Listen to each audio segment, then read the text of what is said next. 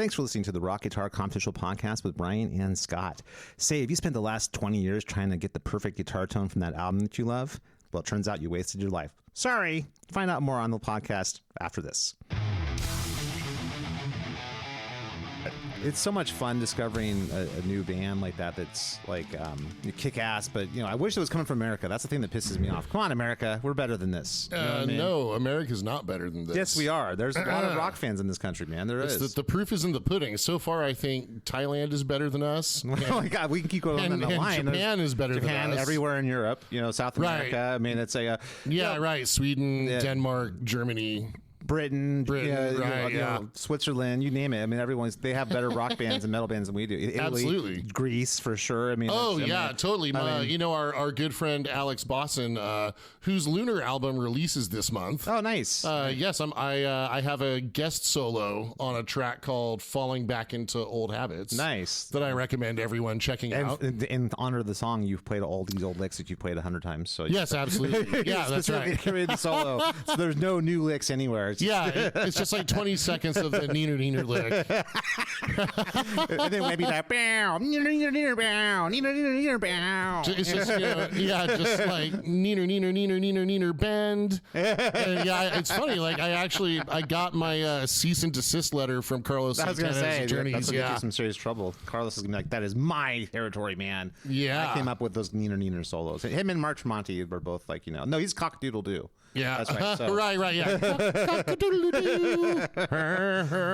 But anyway, it's fun discovering like Steel Dragon. Not Steel Dragon. What the hell's the band? Although I could see how what I just played Wings for of you Steel. inspired. Wings of Steel is another band like that. There's a few of these bands that are killer like metal bands. Right. None of them from the States. Dude, and these are new bands. Yeah, these are not 50-year-old dudes. These are like 20-somethings. Playing. Dude, everyone needs to go out and listen to a band called Hard Boy. Yeah, I'll throw in right now. Wings of Steel too. Wings of Steel is good. Yeah. So when you first made me hip to Wings of Steel, they had released like a 5-song EP. Yep. And by the way, another great band that doesn't exist anymore, but you should check out their music, is Santa Cruz. That's another band that's killer. It reminds me a lot of Hard Boy, actually. It's very similar. Nice. And I love the roller coasters in the ocean. No, I do love those things too, though. Yes. But no, that band, I guess the singer and the guitar player had a falling out or something like that, and as is the case, it always has to be. So, and now the band kind of exists, but it's really just the singer with some other guys. Man, everyone just needs to get along. I know. Well, I mean, it's hard doings in the music business. My God, if you look at blabbermouth.net, it's like it's every other article is like band calling it quits. Or like person dying. Right.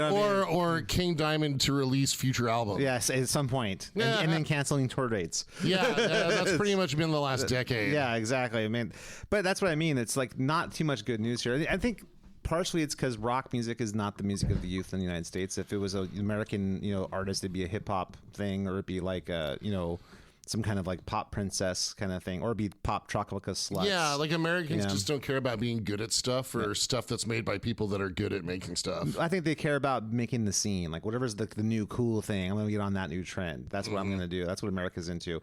Which is why I think if Hard Boy was in America, they would look at it as like, oh, look at this like novel. They would think they were like Steel Panther, like there's like a throwback novelty '80s thing. Right, and there is. I mean, there is like some tongue-in-cheekedness, right? But like when like the keyboard player's got like a funny wig and plays like an axe-shaped keytar. That's still cool though, man. Which is still pretty damn cool. Yeah, it is. You know what? Like the singer in owning that band, shit, owning that this is the 80s-ness of it, and then how much cooler the fucking 80s are than what's going on now. Oh, absolutely.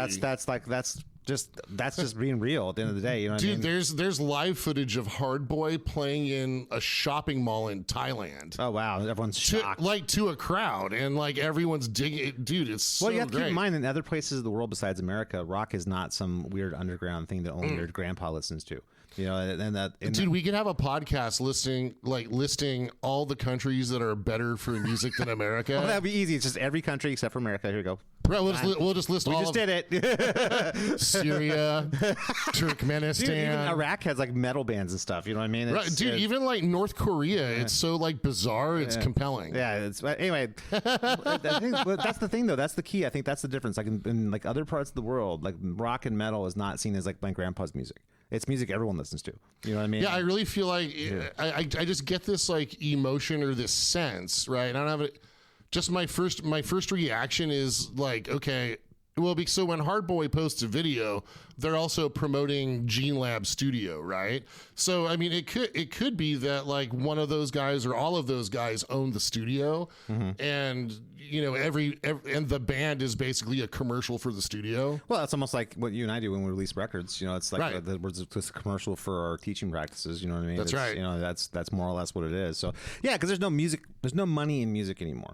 You know what I Right. mean? It's one of those things where even like in touring, man, I've seen so many bands recently talking about how they've canceled tour dates because they can't make the finances work because it costs so much. There's so much cost in terms of gas and food and housing and accommodations. A lot of people for overseas, they're coming into the States. There's this money you have to pay to kind of tour in the United States, and it's just insane thing. If American bands going to Europe and stuff, it's just impossible unless you're a very high level band to actually make real money, like where you could support a family kind of thing.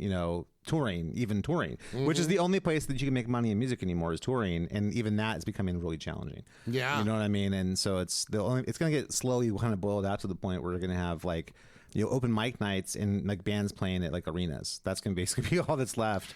Right. You know what I mean?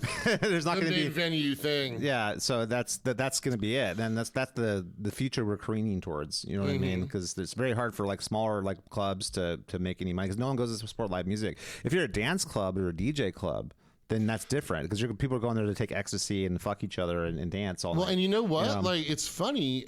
Man, I forget who I was talking to recently, but like dance clubs apparently aren't like really the same thing or a thing anymore. Well, they are, but for people like 30 and up. It's it's like I feel like people are just like like doing ecstasy and then going on TikTok and like not fucking each other. I don't know. Or I guess say the VR porn going on or something. Right.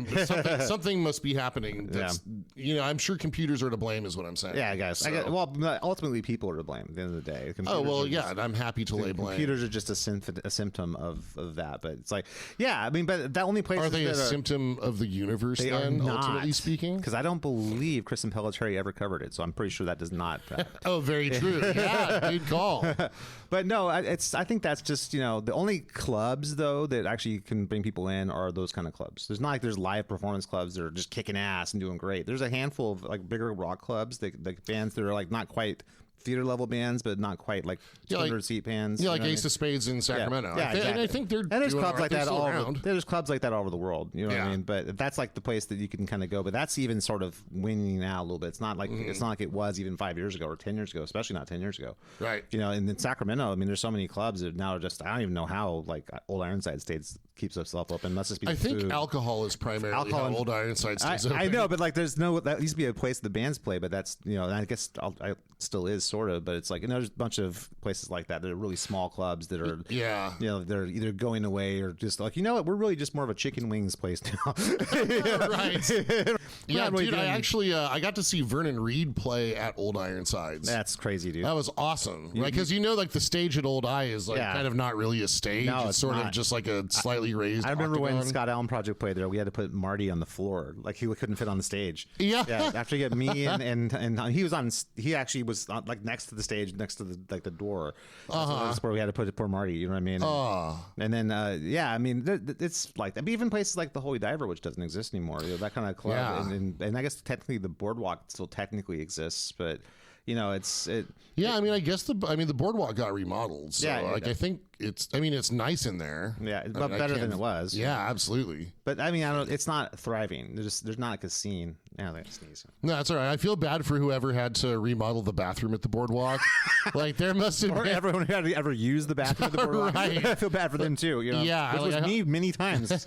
I hope that person got hazard pay. Because, exactly. You know what I mean? It could affect generations. There could be stuff lurking in there from like 500 years ago, for all we know. Dude, like I wouldn't be surprised if the next pandemic started in the Boardwalk's old bathroom. I know exactly. Right.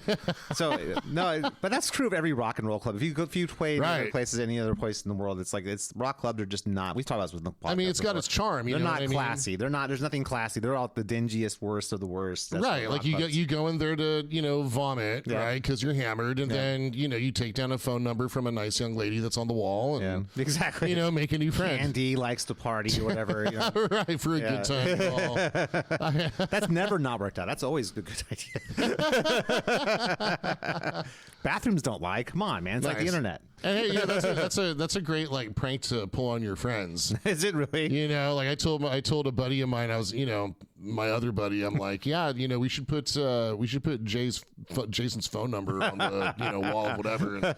And my buddy Chris is like, what? Wait, you guys haven't already been doing that? I thought we were already doing that. That's what we should have been doing at least this whole time. You know, it's like, so that's a great way to, you know, let your friends know you love them. yeah.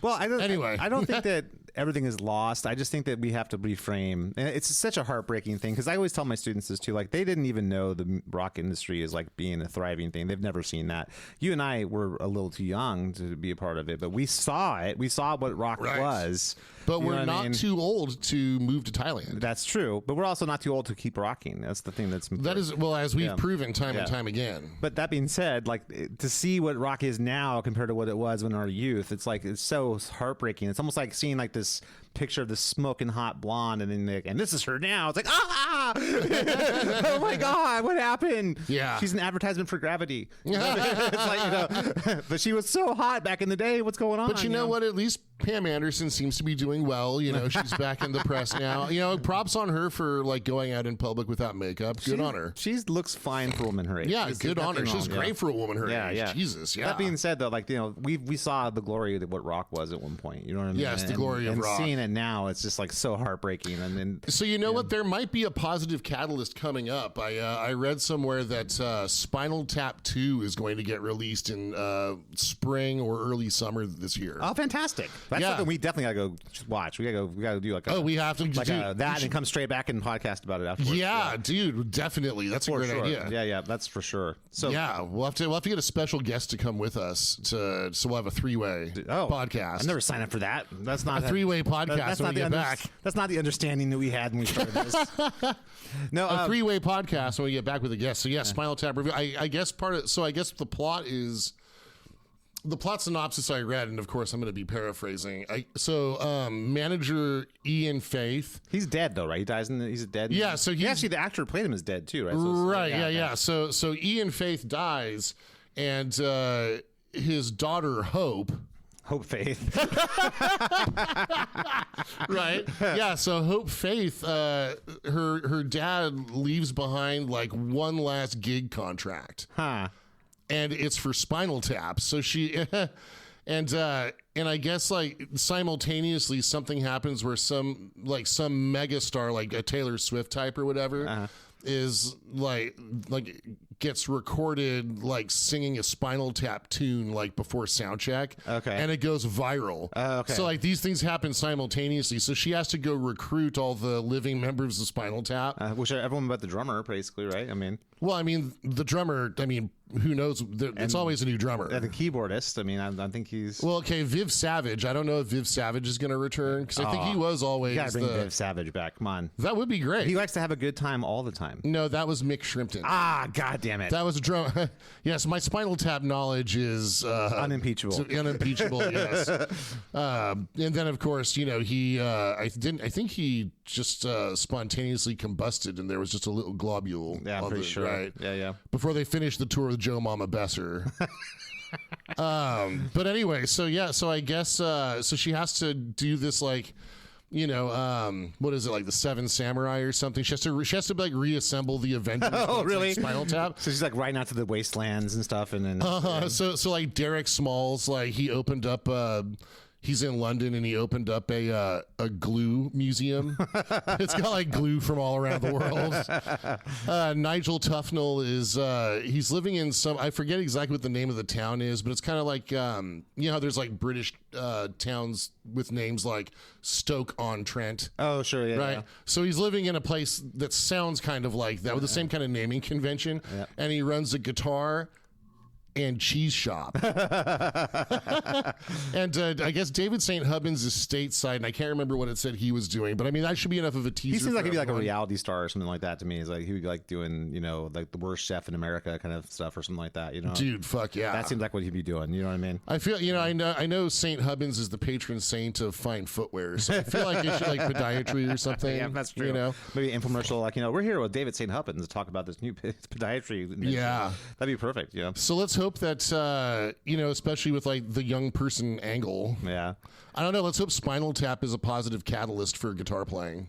I don't have high hopes in that. My guess is the vast majority of people who are going to want to see this are people who watched the original and are just excited to go back and revisit that. You know what I mean? Yeah, I don't think a lot of youngins know what that even is. You know what I mean? Oh, well, I mean, what's funny though, everybody knows it goes to 11 though. Everyone knows that, right? Yeah, but they don't know necessarily where it came from. They just know it goes to 11. You know what I mean? Yeah, that's a good point. That's definitely like transcended the culture. Yeah, everybody knows that the culture. Yeah, exactly. So. Well, Nigel's one of the greats. Yep, it's true. Well, that movie is one of the greats. That's incredible. I remember Ozzy Osbourne talking about that, saying like, "I didn't understand why it's so funny. This is just my life." Right. I was like, "Yeah, that's true." Well, I mean, Ozzy was hammered. He didn't understand much. I can say that with confidence that Ozzy was hammered. Yes, from this year to this. From this year, yeah.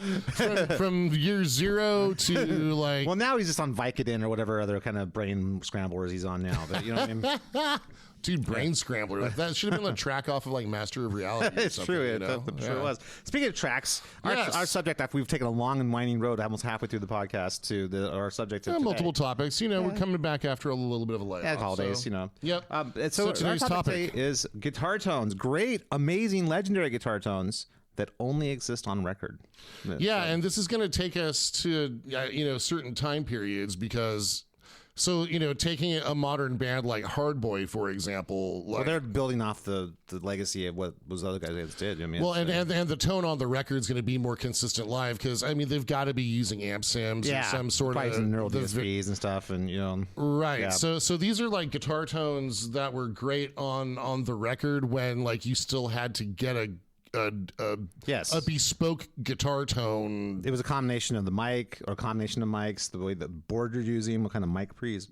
Yeah, the amp, the room. Blending of the like ribbon and dynamic mics and stuff and condensers, like room, like having like, ambient mics that are in the corner of the room picking up stuff and then blending those mics and then in a very, it's like an artisan thing. Like the people who were the mixing engineers and the producers back in those days had to take, they really had to build it from scratch. And if you looked at any one of those tones, like say any mic, like there was an SM57 close mic, there's one off angled, maybe there's a condenser or a ribbon on another speaker in that cabinet, maybe there's a room mic.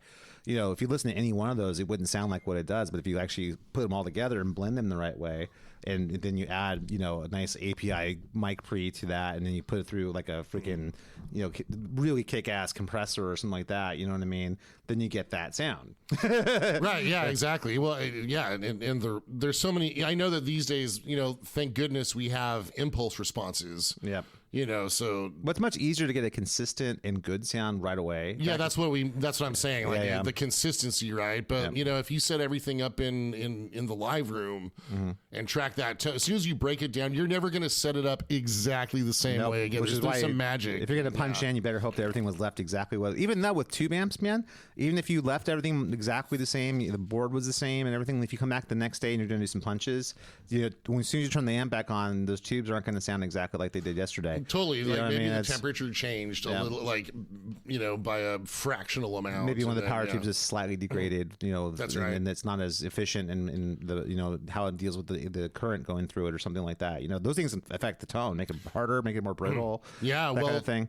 One guy who understood that was Eddie Van Halen. Yeah, arguably the greatest guitar tone ever that everyone is still trying to recreate to this day is Eddie Van Halen's Van Halen 1 tone. Like there's one main reason for that.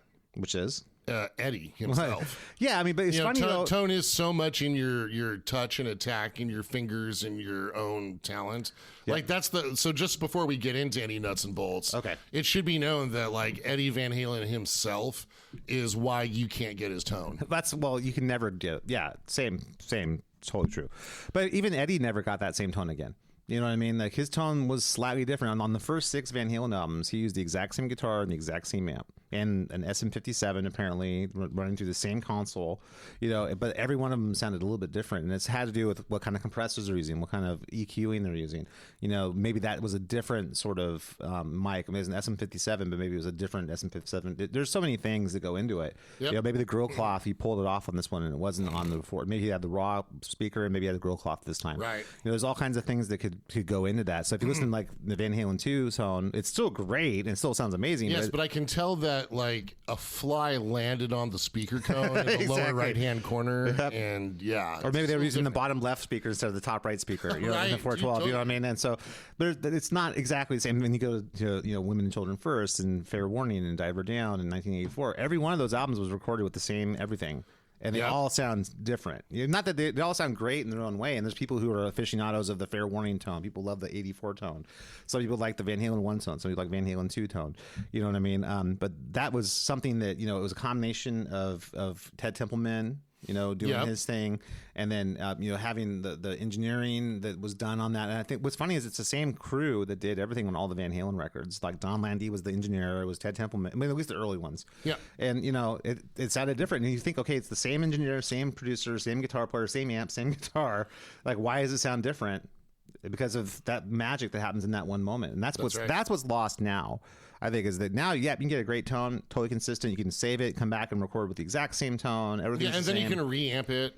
There's all kinds of things you could do. If you wanted to, go and do a punch, you have exactly the tone. It's exactly the same. Right. That didn't exist in the day. And I think partially that's the level of musicianship too. Back then, you didn't have a choice. You had to fucking nail your parts. This right. You know what I mean? You couldn't sort of like, well, I'll just do whatever, and then come back and punch it in, and then time correct it. So it's funny you mentioned the like nail your parts, and this might be going off on like a little bit of a tangent, but like there's a certain like older songs breathe in a certain way, right? Because they're not perfect. Yeah. And so one thing I do with my students is if it's a song that I that someone wants to learn that I can also teach to like other people, like we agree, that's a badass idea. Yeah. Like I'll just buy the sheet music, right? Like I don't want to fuck with Ultimate Guitar where some amateur like is wasting their time.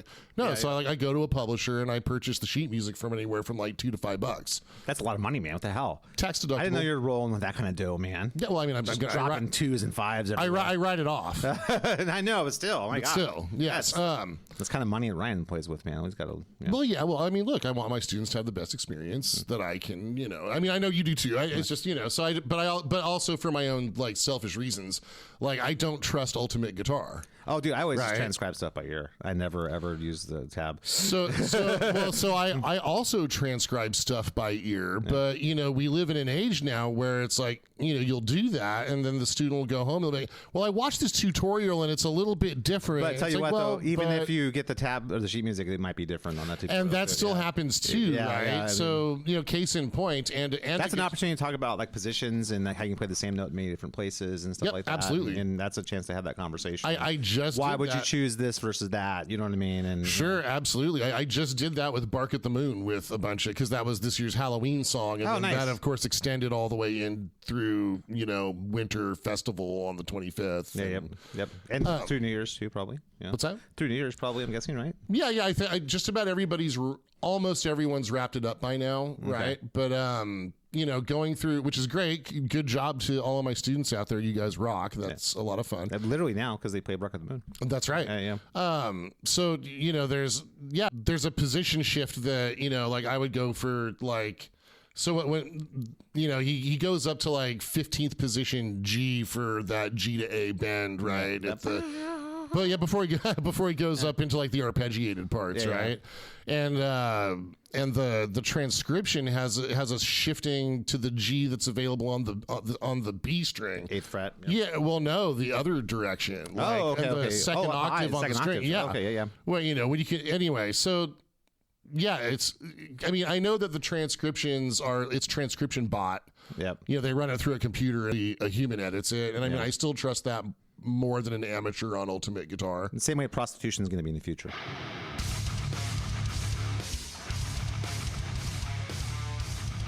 Thanks for listening to Rock Guitar Confidential with Scott and Ryan. Please make sure to smash that like button and subscribe. Now back to the show.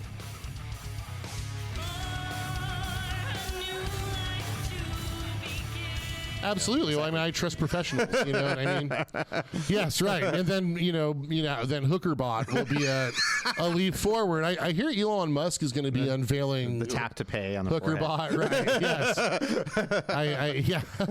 Yes. Except Apple Pay, Google Pay. Well, now that you don't have to worry about driving the car, that's true. I guess the car can be performing other tasks. Oh my God. Anyone out there has ever wanted to bang their car? We have a future for you. Yeah, baby, you can bang my car.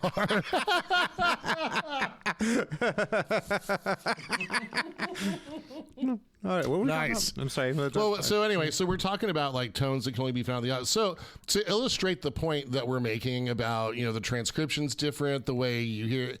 So I found just the ISO guitar track for Bark at the Moon. It's got the rhythm parts and everything. Nice. Without the drums and bass and all that stuff, right? It's just It is just the guitar track. Yeah, It's and so the first thing that stood out to me was how there's the main riff, right? But then there's the ba da da da da da da, right? Like those are clearly punched in because the volume is so much louder. Well, I mean, a lot of it's punched in. I mean, it's, totally. Yeah. But that's different. That's just because you want a certain tone for that part. It's not because you couldn't play that part. It's just like, Totally. So it just stood out because you don't hear it when you're just listening. It's to the entirely full possible song. too that when he did the take, he probably did all the parts and then went back and replaced those guys because he wanted a certain tone on that part. You know what I mean? And Right. Or I mean, it's supposedly just the ISO guitar. I don't know if actually, it is ISO guitar because there is sort of like a harmony at the very end that is not present on this track. So so it's just a bounced, comp track, right? But yeah, there's so many little fills in there that like I didn't hear originally, and then the solo is very clearly an off the cuff affair. other than the end part, which he quoted out, you know what I mean? Yeah, like the primary solo, but the end part is all composed. Yeah. But like that da da da da da da. Then he goes to walk ups. You know? that like sort of like low Korean-esque run. going up, and then that part's clearly composed, but everything leading up to that point was off the cuff. And that ascending part, like all these years, because when Scott and I were growing up, we didn't have the internet. No, that's true. It's hard to believe. Right. So it was interesting comparing the way that I've played it for years versus the way that it's written. And I see Jake played it that way, but God, it is so awkward to go back and try and play it the Jake way. Because you're used to it a different way, yeah. Well, and to be fair, the way that I've always played it, it's more like refined. Mm-hmm. If that makes any sense, right? Like it's not off the cuff because I had to sit down and like think about it and go like, okay, I'm going to use this mode and then I'm going to move it up, then I'm going to move it, over a fifth. Yeah. Anyway, so that's so it's a great tone, right? Well, and then last but not least, so that's interesting. Great tones oftentimes go hand in hand with great players too, and that's the case with Bark at the Moon. Well, and the third thing I noticed about the ISO track is like, and I've tried to point out to my students. Like you can just hear how loud that amp is in that room. It's fucking awesome. It's got this vibe. I know. Well, because that's how you get. I mean, back he's probably using a Plexi Marshall. There's tons of gain in that amp. Right. So to get that gain, you got to crank that thing all the way up, and then it's pushing it right to the edge of what that amp can do. Yeah, like you can hear the room. You can feel the room and the cabinet vibrate. Yeah. It's just like I was really bad for those mics, man. Like that's ungodly loud. Like 100-watt Plexi cranked all the way. Oh, I'm sure they fucked up some microphones. Well, mics have got SPL levels that are so high, so they can handle it. But it's like nuts how loud that is. You know, those mics were gonna take it and they were gonna like it. Exactly. Just like your Tesla that you're banging. Just like the Robo Taxi. Yeah. Well, multitasking, people do enjoy that. You know what I mean? Yeah, right. But anyway, those are two good examples of guitar tones that only exist on the album. I think another one that everyone still, this is something that kind of transcends the metal world because into the rest of it is like the Zeppelin stuff, especially like the mid-period Led Zeppelin stuff. Like it's none of those tones are one guitar. They're all blends of guitars and different mics. I mean, this is the epitome of what we're talking about, like different mics, like room mics, blending them in a certain way. Yeah. You know what I mean? And it's so like impossible to ever get that tone. And if you ever see any live Zeppelin, it doesn't sound anything like the album. It sounds totally different. But there's no way that it could sound like the album because he kind of, and Hendrix was like this too. They kind of treated the studio like, okay, this is a different thing. Like when we go in the studio, we're going to paint with this tapestry of different tones. Right. And then when we go live, it's going to be live. It's different.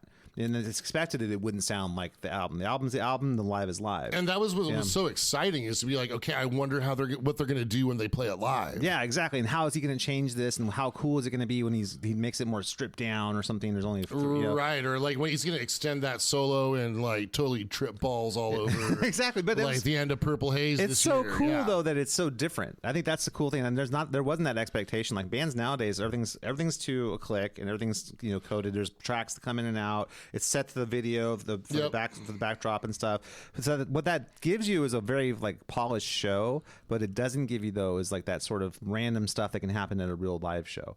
You know what I mean? Back when we were kids, like a big live show would have big lights and stuff and like a big backdrop, but there wasn't like video expected. It was and so that gave the band. I mean, nobody ran tracks back in the day. Everyone just played to the drummer. You know what I mean? And it's funny because I still listen to like all those great '80s records, and they still sound like modern to me, especially late 80s, like 88, 89, 90, 91. I think those guys actually sound more modern than the stuff now. They actually sound like more refined. It's like right in the sweet spot between being like super cold, like always on the grid, doesn't breathe at all, but it's polished. super polished too. But in a way that's like an artisan's way. It's not like it's a CAD machine kicking it out. Like an artisan worked on it and polished it. You know what I mean? That's what I mean by that. That's the difference. And we're getting into some very granular sort of nuts and bolts about recording and stuff like that I think a lot of people may not ever even think about. Well, I think totally, and I think it's kind of like how I mean, just for anyone who's curious, this is I think a valuable conversation because there's a lot of people out there, like you said, it's granular, might not think about it. It's kind of the same way as like when you hear a song on the radio, it sounds different than had you listened to it off the. Well, I was going to say the CD or the album. So this is also back in the day, but it used to be you'd hear your favorite song on the radio. They would master it differently for what they send out to the radio. Well, and it's also compressed all to hell on the radio. They would master it differently for the radio, and then if you put the CD, it would breathe a little bit more. Everything's squashed to hell for their own radio because that has to do with the vagaries of the equipment they use when you transmit the radio signal. It does certain things, and so they did that on purpose. You know what I mean? Which is why when you hear like that song for the first time, like, oh my god, it sounds amazing. Put it on, it doesn't quite sound exactly the same. Yeah, or when we were kids, we would like record it on our cassette tape. Yep. Oh yeah. And then especially when I was really young, I was like, I remember I'll never forget having a tape in there, and I remember 93 Rock, I guess it was at the time, was going to do the entire like live Dokken Beast from the East album.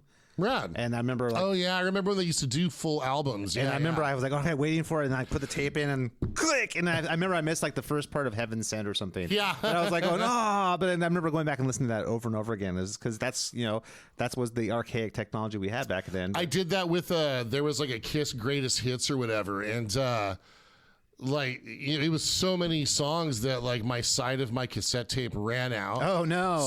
So I got it got all the way through the intro solo, Mark St. John's intro solo on Thrills in the Night, and then zoop, tape's over. Wow, what a bummer, man. Yeah. That sucks. But that was, love that solo. But back then, having like a little thing that you could take with you anywhere and listen to music was pretty amazing. Like the Walkman was an amazing invention back in the day. Yeah. That was so cool, and then the Discman never quite caught on the same. Well, because the Discman skipped. Yeah, exactly. And you couldn't do anything with it without it. You couldn't like go ride your bike with a Discman on your back, that kind of thing. Yeah, the last Discman I owned, which, okay, so this will date things. Like I was going out, I used to like run a mile or two at Mesa Verde High School, like right after I graduated high school.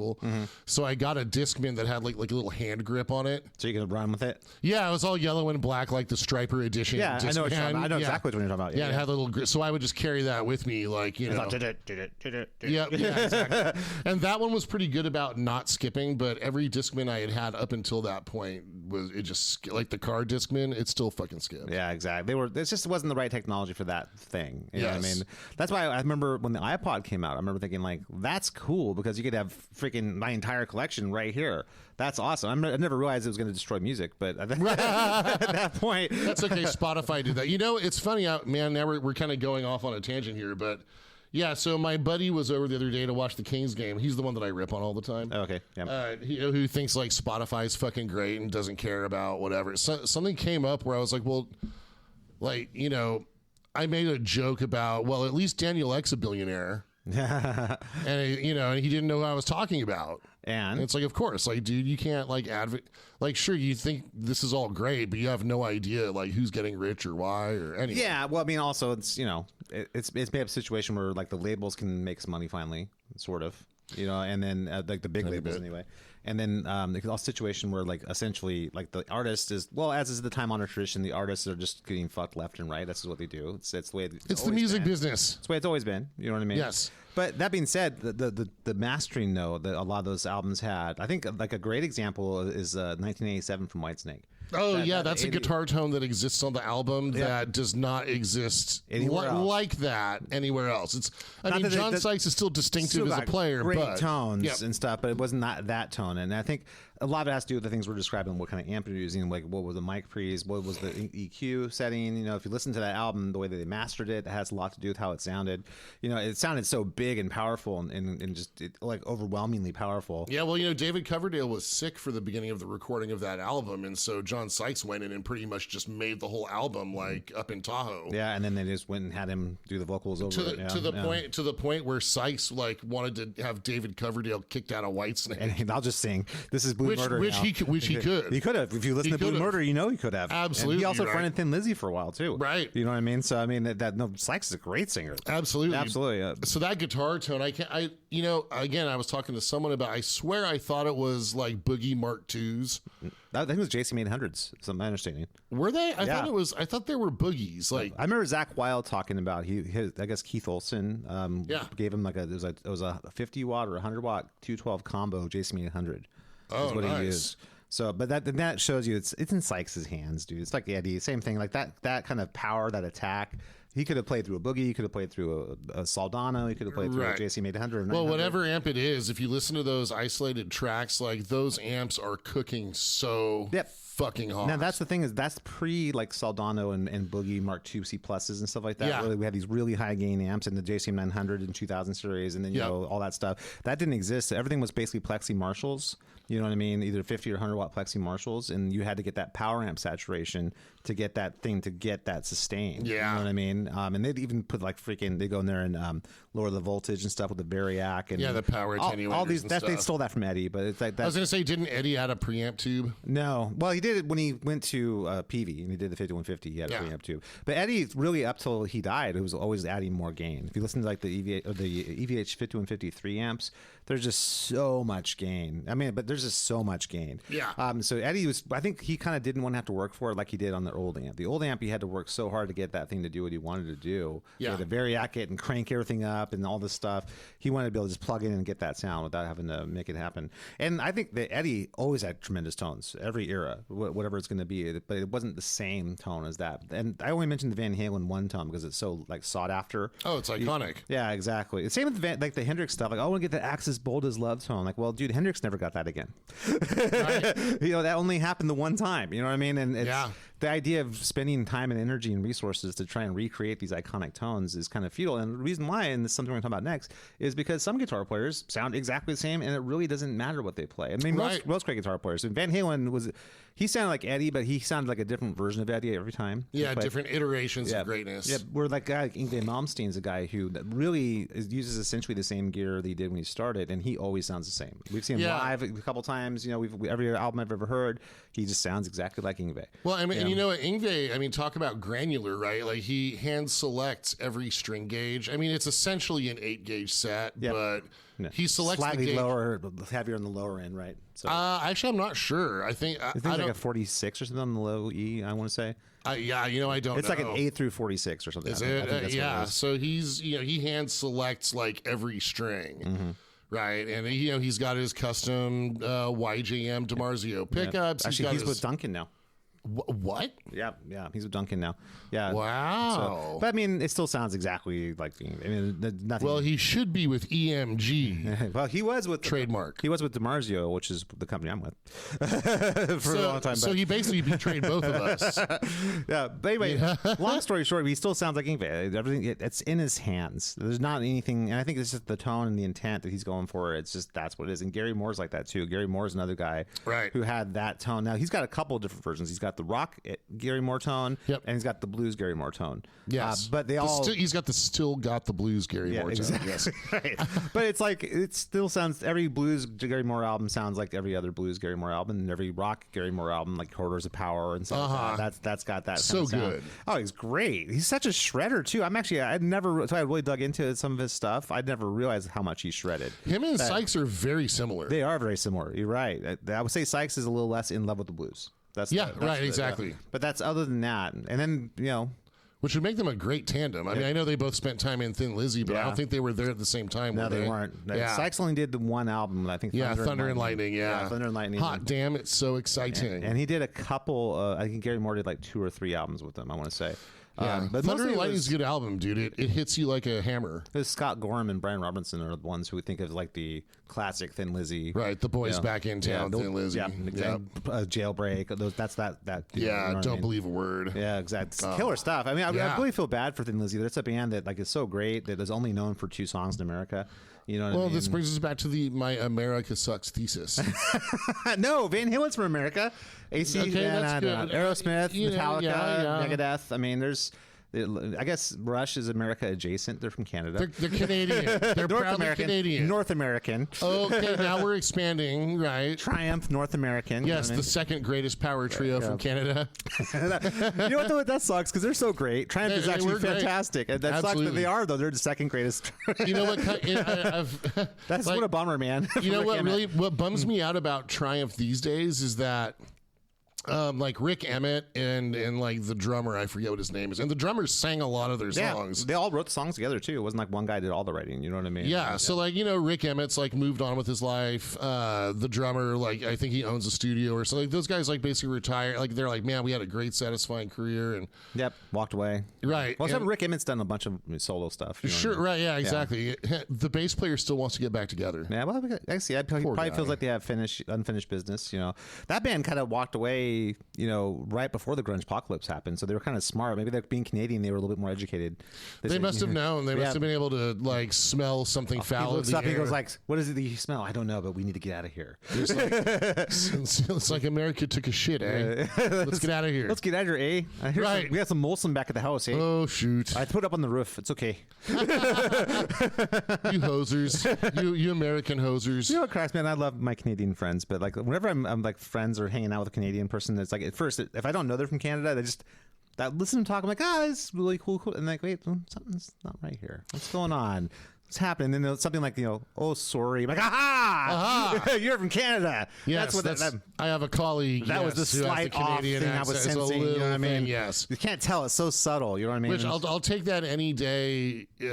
I'll take that any day over like a person born and raised in California that uses a Southern accent. What? Who the hell does that? A lot of people do. What? Yeah, this is, yep. I tell you what, son. Like, no, you're from California, dude. And just to be fair, like, I love California, and like, I'm glad I'm an American. And so when I say America fucking sucks, it's because it's like, I'm just very disappointed. Yeah, why are we choosing to be idiots? Right, yeah, totally. Yeah, it doesn't make sense. Yeah, I get it. But you know, honestly, at the end of the day, I'm trying to back off and realize, okay, you know, everyone's got to make their own happiness happen. So if you're listening to Drake makes you happy, even though he's a filthy Canadian, sorry, Ken, I'm just kidding. You know, that's what makes you happy, then fine. You know, your job is to make your life happy. That's fine. Yeah, totally. I just think that genres in this country are popular because they're easy to make, and it's about attention, right? It's also about personality more than it's music. We talk about it so many times on this podcast. Like it's almost bordering on our grunge apocalypse thesis. It's like, you know, music is not the product. That's not the thing that people are buying. You know what I mean? Like, let's assume that. Well, this kind of goes hand in hand, right? Like if you had 5 like American guys.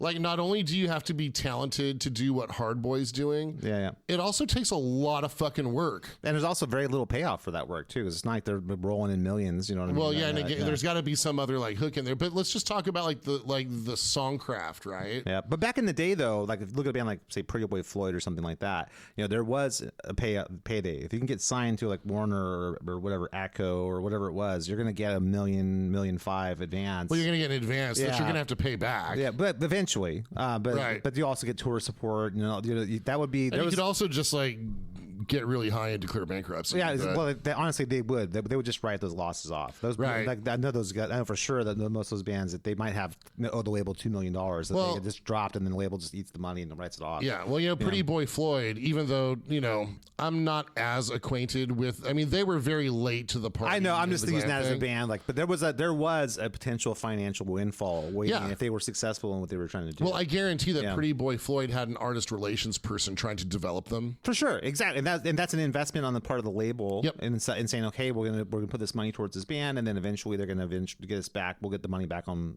album 3. We'll get that money back because we'll help build them into something. You know what I mean? Right? Yeah, that doesn't happen anymore. No. You have to have already developed your audience, and then the label's like, cool, we'll come in and take 70% of that.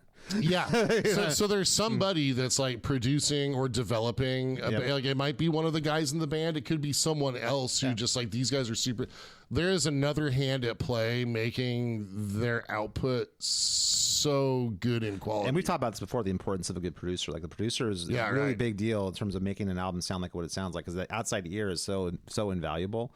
If you have someone who is not in the band, he didn't write the songs, who can come in with an objective eye, that makes a big difference. Yes, or with an electric eye. Exactly. Yeah. That would be the best kind of eye. Yeah, exactly. Yes. For sure. I agree. And bringing the Hellion into being. Yes, exactly. Yes. So anyway, that's a lot of ways guitar tones. We're talking about producers and engineers. That's a lot of what it is. Like that's another element of a producer that's really big. Like a lot of those guitar tones that we covet and look at as like the thing that are to be lusted after, that wouldn't exist without a producer and an engineer and someone who knows how to mic, knows what kind of preamps to use, has a good board. Yeah, like Pyromania guitar tone. Like that's a Mutt Lange guitar tone as much as anything. All the Def Leppard and AC/DC stuff that Mutt Lange did, like that's stuff that people consider to be like high level guitar tones. That's something that he just knew how to work with the different engineers. He had like a stable of engineers that would kind of know how to dial stuff up, and the band just didn't and show up and play. You know what I mean? But they would tell him, okay, we're going to mic it this way, and we're going to need these 2 mics, and we want a ribbon, and we want a condenser in the room, and then we want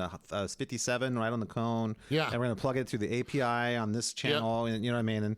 And I would just like to add that like all these like tones and players we're talking about, right? So like Eddie Van Halen. Okay, now he actually, he used like phasers and not on record though. On record, it was just straight into the amp. I mean, okay, with the exception of like if you're listening to like Unchained, he'll throw in the flanger. Right? Yeah. So he used the MXR phaser and flanger. Okay, great. So Eddie's using some pedals and stuff. Very sparingly though. Very sparingly, right? John Sykes on the 87. That to my ear sounds like Les Paul into Marshall or Boogie, like cranked. I think it might be a blend. Amplifier with all the knobs on 10 in a closed room, just fucking sweating, right? Destroying that room too. So John Sykes didn't have like a bunch of fucking pedals. Yeah. Pyromania, right? Like that, I also think is guitar into amp and then double track. All the ambience you're hearing is either done. It's definitely done after. Like any reverbs, any delays is done. At the mixing. Okay, Hendrix wah pedal, and he did all kinds of stuff. But he would go in and record just with all kinds of different signal chains, and just whatever happened.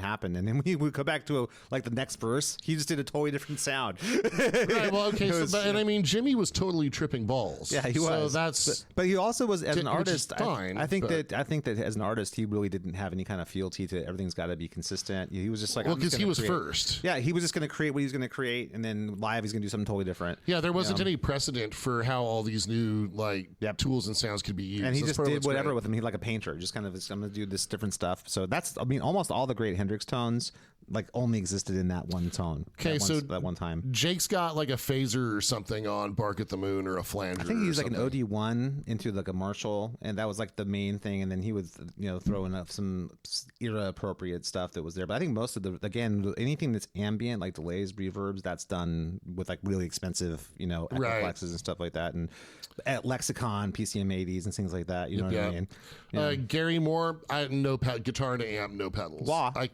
I mean, yeah, but besides that, though, right? Yeah, that really is almost like plugging straight into the wall. I don't know if that really. I'm just saying, like none of these guys. No, actually, Kirk Hammett, that's not true. Sorry. Well, that's definitely not on the good tone. No wah for you, Kirk Hammett. So I've got this picture of Randy. He's in the studio rehearsing for the Blizzard of Oz album. And there's a pedal board in front of him, but I think it's mostly for amp switching, and he's got an expression pedal, probably like for volume and for wah. Yeah, I imagine live you probably use an Echoplex, and you probably threw a couple of things, in live to get some ambience on the stage sound and stuff. So I'm gonna say that if I'm generous, like none of these guys had more than 3 pedals. That's true. Now, if you fast forward it to now, though. everybody in the world has got every amp available to them, every pedal available to them, every bit of outboard gear that's ever existed available to them. Speaking of outboard gear that existed, one of my all-time favorite guitar tones is Steve Lukather's tone. On what? On everything he did, like all the Toto stuff. I mean, but what's so cool about Luke is that he was a chameleon. He could actually make his gear do anything. So if he was playing on an Aretha Franklin album, he would do a totally different kind of sound. If he was playing on, say he's playing a lead on like a Boz Skaggs thing, he would do a totally different thing. If he's playing Toto, he'd do a totally different thing. Yeah, it's funny. He was like the chameleon guy that could, but his tones were killer. The Toto stuff, especially like the Toto 4, like everyone knows that stuff. Yeah, right. His tone is so great. So great. I mean, Lukather is just great. Yeah. I'll tell you what. One of the most unsung, greatest guitar heroes ever is Steve Lukather for sure. Dude, there was I was in a cover band situation where sounds like you're calling for help, dude. Yeah, totally. That's how I feel about excuse me, please. What's wrong? I'm in the cover band situation. Right. Stay calm, son. We're on our way to help. Yeah, exactly. You can't give us your location. Exactly. We'll make sure to send somebody to help you right away. I'm sorry. Yeah, exactly. Just stay strong. You're gonna get through this. Dude, you've got like 2 minutes to go in the shitty song. So the shitty song this time was "Dirty Laundry" by Don Henley. Great song, man. I fucking hate that song. Really? Why? It's just dumb. It just sounds dumb to me. Like I remember like being in the car. I remember my mom. But he gets his from the evening news. He gets his what is it? Okay, there's something just unlikable about Don Henley for me. I don't know what it is.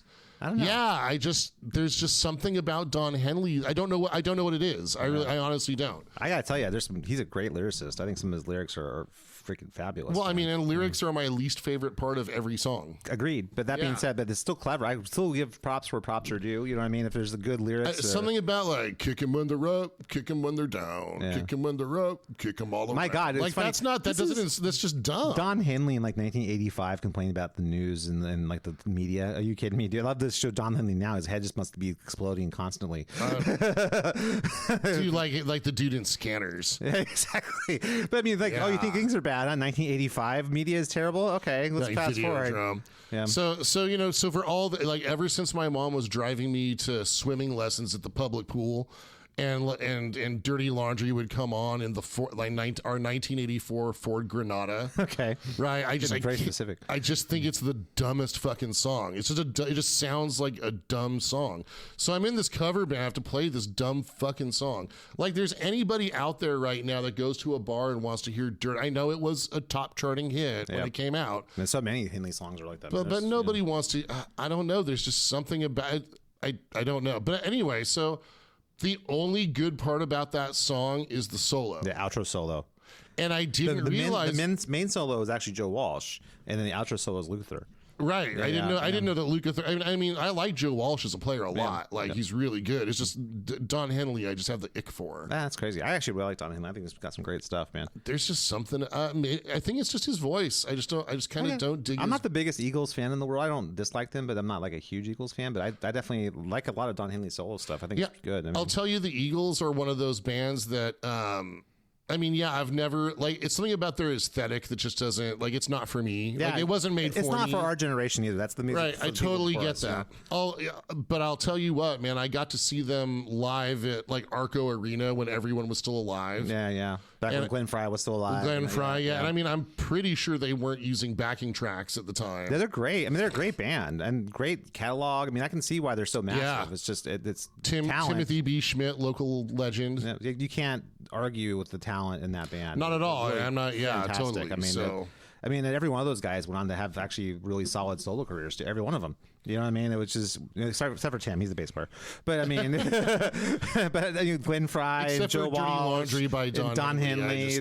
These guys all had very successful solo careers. You know what I mean? It's I don't know. I got nothing bad to say, but yeah, Luke. But if you look at that time period from like 78 to like 92, like Luke is on all kinds of stuff. I think one of the first times I knew about Luke from the Toto stuff because Toto was on the radio all the time when we were kids. But I remember I saw he made like this instructional video, and I saw this clip of it, like this intro solo, when I was like, God, I must have been playing guitar for like a year. And I was like so blown away by how amazing he was playing. I was like, holy shit, this guy's incredible. Yeah. 'Cause I heard like the, Rosanna, and I'd heard like Africa. Such a great and I'd song. heard, Such great songs. Hold the Line. I heard a bunch of Toto songs. So good. And I thought it was great, and so Killer was playing, and so I thought it was fantastic. But I didn't know how great that dude was. So I saw that like that intro solo for his instructional video, and I was like, holy shit, this guy's amazing. And then I realized as I started looking at the liner notes and all these different albums I had, like, oh, Steve Lukather played the solo on that. Holy shit, Steve Lukather played the solo on that. Yeah. It's like, dude, he was everywhere back then. And that's what I mean by when they said, give me that Lukather lead tone, he could do it, and he knew exactly how to get that sound happening, and he could get that with a variety of different pieces of gear.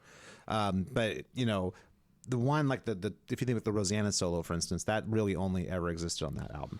He never sounded Such a the same. great song, such a great solo. Just everything about that song is so good. That's funny. Now, not to tangent again, but I just saw a Rick Beato video talking about yacht rock, and his it was basically yacht rock is bullshit was the title of the video. There's a yacht rock documentary on Max, which should still be called HBO. I didn't realize though that the guys who did the documentary essentially got famous initially with like TikTok and Instagram videos where they were like mocking those bands and artists.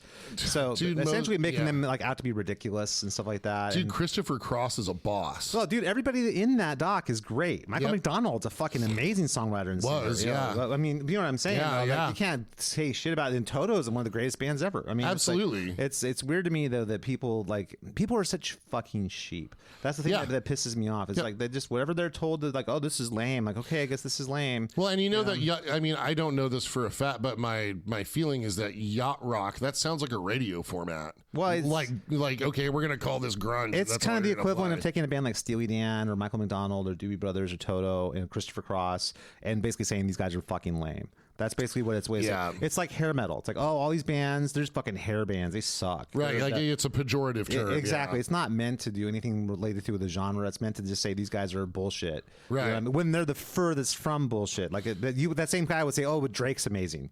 But freaking Kanye's a genius. You know, that kind of shit. Like that's the exact inverse. Those guys are the ones that are bullshit. You know what I mean? And, right. Or like, like Jason Aldean's brilliant. yeah, exactly. You know what I mean? Like, I know exactly what you mean. It's those are Man, the new same Nate people Smith who say the new album's great. Jason Aldean is killer. Right. But oh yeah, Toto's fucking lame. Yeah. That kind of thing. But honestly, you know what's amazing, dude? And this is something we keep coming back to over and over again: is that people who aren't musicians don't know the difference. They listen to Jason Aldean, they listen to Toto. It's like it's the same. It's the same. So Beato though does know the difference. Was he ripping on yacht rock? Yeah, he he just said did that for clicks. The exact video is called "Yacht Rock is Bullshit." I don't really agree with Rick Beato very often. No, well, but, Rick Beato has he's worked with Scott Stapp, which is unforgivable, right? Like, yeah, does he have a hand in the cockadoodle-doo, Rick? Dude, I don't know, but he's validated Scott Stapp as an artist and a singer, and that's that. Although Beato's a music professor, right? Yeah. He knows he's forgotten shit I may never learn. He knows music, but I don't agree with his stance on everything. But he's absolutely right on that one. That's. I wish he had done the same thing for hair metal, calling it hair metal. It's the same shit. It's just like trying to completely discount a whole genre of music and saying this is lame, right? When it couldn't be further from the truth. There's only really one genre of music where that should be done. Like grunge, right? Thank you. Yeah. Well, okay, and new country, but yeah. But you know what? The funny thing is, though, grunge has cultural currency in a way that hair metal doesn't. Because as soon as everyone kind of co-opted that grunge was the new cool thing, then everything that had to do with hair metal, no matter how cool it was in its time, was now just seen as lame. And I'm waiting for that day to happen for grunge, where grunge is seen as the bullshit. Well, I don't think grunge is. It's just not current. There's no one out there that is a current grunge band. I know, but right? no one talks shit about grunge the way they do about 80s hair metal. You know I agree with that. I'm waiting for the shit talk to start about grunge, about how much they fucking sucked. I'm waiting for the shit talk to start about new country. That's not gonna happen, man. I'm gonna. That's actually what's gonna keep me alive, though. I gotta tell you, I'm gonna stay. I'll stay on life support, Scott, just to get a couple more years. Yeah, for one shitty tweet or something. Yeah, just for American culture to turn against new country. I just want. I mean that. I would, if that happened, I'd probably be like, you know what, my life is complete. I would say though, just keel I'm not over. holding out hope for either. I don't think grunge or New Country is going to ever be kind of called out for the bullshit that they are. It's not going to happen because people don't care. I mean, at the end of the day, we talked about this in this podcast many times. People don't give a shit about it. No one's passionate about Well, music. American people don't give a shit. Well, that's true. But even the majority of like what I would call top 40 types everywhere in the world, they don't really care. Yeah, but there's a percentage. There's Yeah, as the casual music. the people who are like hardcore in the like music are going to care, but that's always going to be a small number of people. It's not like it's not the majority. You know, That's why it's great that we have all of these, all of these players and bands we talked about today. Yeah, and I think from the past, but also in the future. Again, shout out to the key is one of the big theses of today's podcast too is that you shouldn't spend your whole life trying to like figure out how to get that tone, because that tone probably only happened once in that one place, and that even the artists themselves never got it again. Yeah, that's you know right. what I mean, so I think that you got to just find your tone. Don't worry about trying to find the artist. Don't be inspired by that tone, but find your version of that tone, and then learn to be happy with that, and not try and I got to perfect the Eddie Van Halen tone or the whatever it is. Just figure out your tone and get as much of your tone from your fingers and your imagination, and then add stuff. It's just like cooking. If you have like a meal that's made of just bullshit, it doesn't matter what kind of spice rub you put on it. Right. And if you're so like effects and stuff aren't going to cover up the shitty tone if the tone sucks. You know what I mean? So and if your meal has a lot of like almonds in it, then that'll mask the smell of the arsenic. Yeah, sounds like he's speaking from experience here. Okay. Yes. Fair enough. Yes, I wouldn't. Wait, what am I drinking here? Oh no! Yeah, it would not be for you. Fallen in. Yeah. Anyway, that's going to do it for today, guys. Thank you so much for listening to the Rock Guitar Confidential podcast with Brian and Scott. Please make sure to check out our website at xaegisband.com. That's www.exaegisband.com.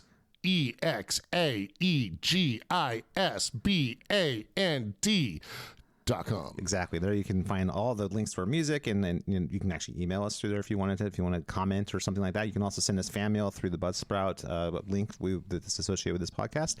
Please make sure to follow us on social media. There's links on our website for that as well. I'm getting ready to drop a solo album very soon too. I want to mention that too. So look out for Scott Allen Project's newest album called Maximum Threshold, anywhere you get digital music, coming out very soon. Thanks so much for listening. Peace.